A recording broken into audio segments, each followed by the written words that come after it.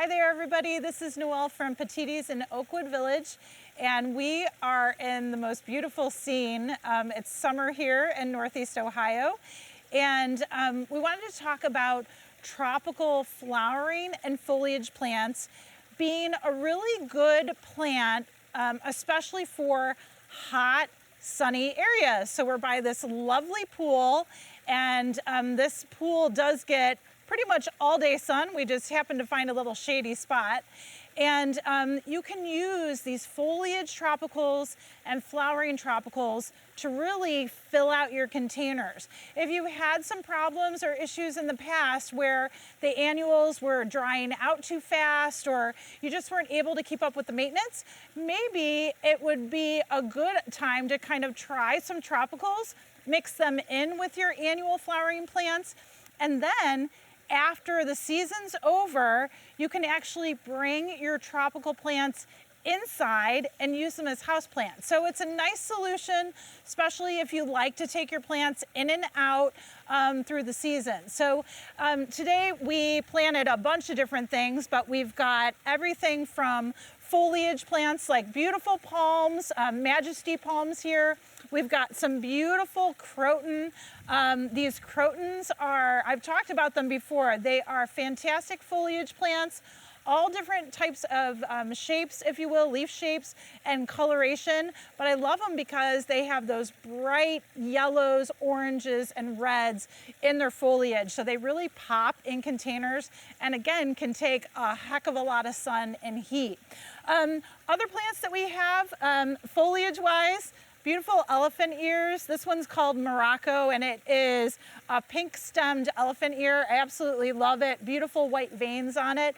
But there's so many different varieties of your elephant ears that, boy, you could just have all different containers of elephant ears, and again, take them in over the winter and you'd be fine.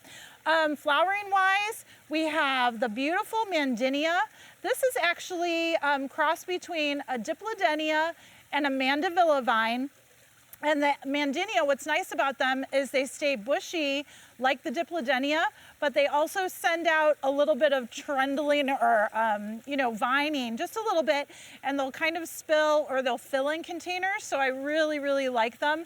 And then also the Lantana. So this is one of Angela's favorite flowering annuals, but this actually is a tropical plant that you can bring inside and winter over indoors. So it's one of those plants that kind of has that dual purpose, annual flowering plant and tropical flowering plant. So that's really cool too. I do have this beautiful Bougainvillea right next to me too. Gorgeous kind of woody vining plant, if you will. Behind me, there's one in the hanging basket. And again, these plants are great, beautiful, just repeat blooming, gorgeous all summer season. And the key to keeping your tropical foliage plants and flowering plants looking great all season long is feeding them. They're all very heavy feeders. So outdoors, when they're really working hard out in the sun, it's great to use the Osmocote products because again, they're long-lasting feeding or fertilization with this product. I use the pink cap here with these guys because it's an indoor-outdoor product. So you can use it on your foliage and your flowering plants, and that can go inside and outside. So Osmocote, great, apply it. Normally with our rainy seasons in Northeast Ohio, you usually need to apply it once every 2 to 3 months. So just keep track.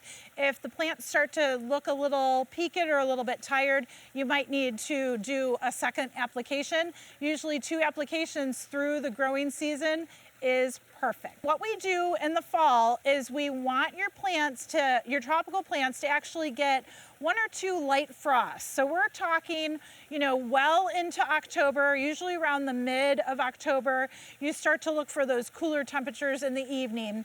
And then when they do get 1 or 2 light frosts, what you can do is bring them around to the garage or the side of the house.